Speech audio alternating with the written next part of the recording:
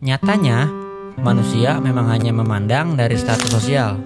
Salah satu sahabat dengan pendapatan gaji bulanan masih di bawah UMR, kita sebut saja Budi, ia selalu mementingkan gaya hidup seperti memakai baju branded, mengenakan smartwatch canggih, dan terobsesi dengan gadget baru.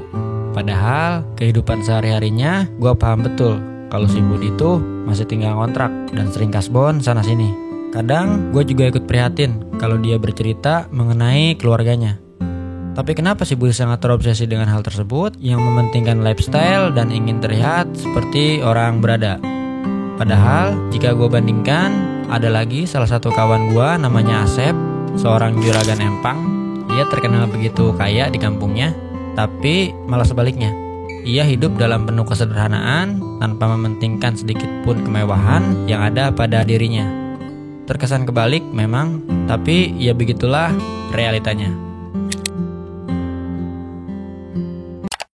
Berdasarkan data, orang miskin di Indonesia memang lebih cenderung mengalokasikan pengeluaran mereka untuk kebutuhan konsumsi ketimbang investasi atau tabungan.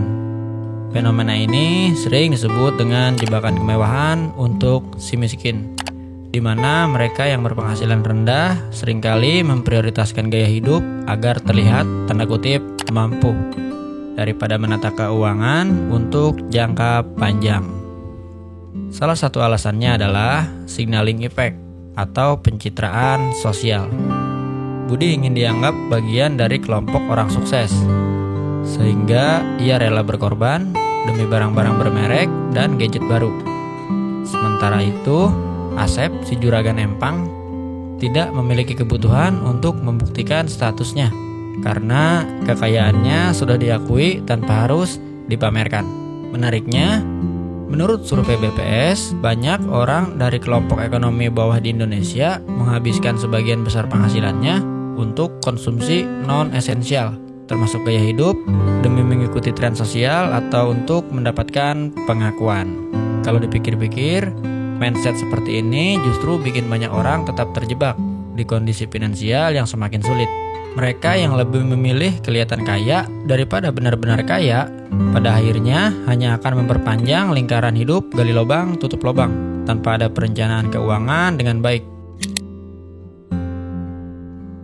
Menurut buku The Millionaire Next Door, karya Thomas Stanley dan William Dankos, mengatakan bahwa banyak orang yang benar-benar kaya justru hidup sederhana dan tidak perlu memamerkan kekayaannya.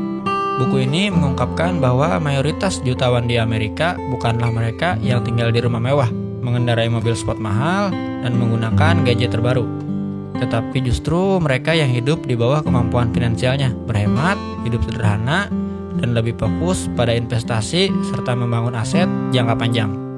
Dalam penelitian mereka, Stanley dan Denko menemukan bahwa banyak orang yang tampak kaya sebenarnya memiliki sedikit kekayaan bersih karena mereka menghabiskan sebagian besar penghasilannya untuk membeli keinginan, bukan kebutuhan. Sebaliknya, jutawan sejati seringkali menghindari gaya hidup boros dan memilih untuk menggunakan uang mereka secara bijak. Hal ini mirip dengan perbandingan antara Budi dan Asep. Budi menghabiskan uang untuk barang-barang yang membuatnya terlihat kaya, meskipun secara finansial ia masih kesulitan. Sedangkan Asep memiliki kekayaan yang signifikan, tidak perlu menunjukkan statusnya melalui barang-barang mewah, karena ia memahami bahwa kekayaan sejati bukan soal tampilan, bukan soal gaya-gayaan, melainkan soal kestabilan finansial dan kebebasan ekonomi. Konsep ini juga sejalan dengan prinsip The Millionaire Next Door, yang menyebutkan bahwa karakteristik utama orang kaya sejati adalah mereka yang hidup di bawah kemampuan mereka. Mereka memprioritaskan investasi dan mereka tidak terobsesi dengan pencitraan sosial ataupun gengsi. Jadi, kalau dipikir-pikir, banyak orang yang sebenarnya berusaha terlihat kaya malah justru berakhir tidak kaya sama sekali. Sedangkan mereka yang benar-benar kaya seringkali memilih untuk tetap rendah hati dan tidak mengamburkan uangnya hanya demi validasi sosial. Secara alami, manusia selalu ingin dihargai. Dan salah satu cara untuk mendapatkan pengakuan di masyarakat adalah dengan terlihat kaya. Namun masalahnya, keinginan untuk tampil kaya seringkali justru menjadi beban. Banyak orang terlalu memaksakan untuk membeli barang mewah dengan cara berhutang, pay letter, cicilan jangka panjang, dan akhirnya duit habis sebelum tiba waktunya gajian. Inilah ironi yang terjadi di masyarakat. Kemiskinan memang sering dipandang sebelah mata oleh masyarakat, sering diperlakukan kurang mengenakan, bahkan sangat dekat dengan kebodohan, kegagalan, dan tuduhan kriminalitas. Tapi sebaliknya, jika seseorang terlihat kaya, mereka justru diperlakukan dengan lebih hormat, lebih dihargai, dianggap lebih pintar, dan jarang untuk dicurigai. Inilah penyebab kenapa si Budi bertingkah seperti orang kaya, karena mengejar status sosial agar bisa diperlakukan dengan baik dalam lingkungan masyarakat. Stop normalisasi merendahkan orang miskin, agar mereka bisa lebih hidup dengan apa adanya tanpa harus berusaha menjadi tampak kaya agar mereka bisa dihargai. Fenomena ini menunjukkan betapa kuatnya bias status sosial dalam kehidupan sehari-hari. Padahal kekayaan yang terlihat belum tentu mencerminkan kondisi finansial yang sebenarnya. Banyak orang yang berusaha mati-matian untuk tampil kaya demi mendapatkan perlakuan yang lebih baik. Meskipun begitu, mereka harus berhutang atau menjalani hidup di luar batas kemampuan finansialnya.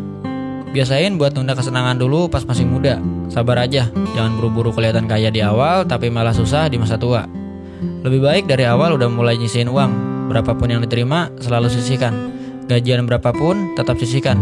Dan yang paling penting, investasi terbaik itu ada di ilmu dan skill, atau sering disebut investasi leher ke atas. Belajar tentang berbagai jenis investasi, karena orang-orang kaya itu bukan kerja mati-matian buat uang, tapi mereka bikin uang yang kerja buat mereka. Jadi, jangan sampai lu beli baju, gadget, mobil, atau barang lain cuma buat bikin orang lain nganggep lu keren atau kaya.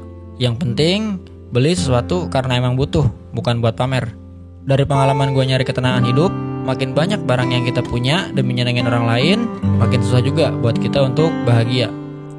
Soalnya kebahagiaan kita jadi tergantung sama pendapat orang lain. Jadi, yang paling penting buat gue adalah gimana cara gue bisa bahagia dengan diri gue sendiri. Gue gak bermaksud menyinggung siapapun dalam pembahasan ini. Yang gue maksud Budi dan Asep tadi hanyalah sebuah perumpamaan, agar kawan-kawan di sini yang menonton mendapat sedikit insight, agar bisa lebih tepat dalam mengambil keputusan finansial. Kaya atau tidaknya suatu individu tetaplah menjadi diri sendiri. Karena meskipun kita mencoba untuk bisa terlihat kaya, padahal sebenarnya kita belum ada di taraf tersebut, itu hanya akan membuat kita sendiri yang makin kesulitan. Dan pengakuan dari masyarakat pun tidak akan bertahan lama. Jadi hiduplah dengan apa yang ada, tapi jangan diam dengan keadaan. Belilah karena butuh bukan karena ingin. Belilah karena fungsi bukan karena gengsi. Tujuannya adalah menjadi kaya, bukan hanya terlihat kaya. Jika belum mampu beli, ya jangan dipaksain. Semakin banyak uang lu, semakin sederhana penampilan lu. Terlihat kaya itu gampang, tapi yang gak gampang itu menjadi beneran kaya. Sampai jumpa di episode selanjutnya. Think back.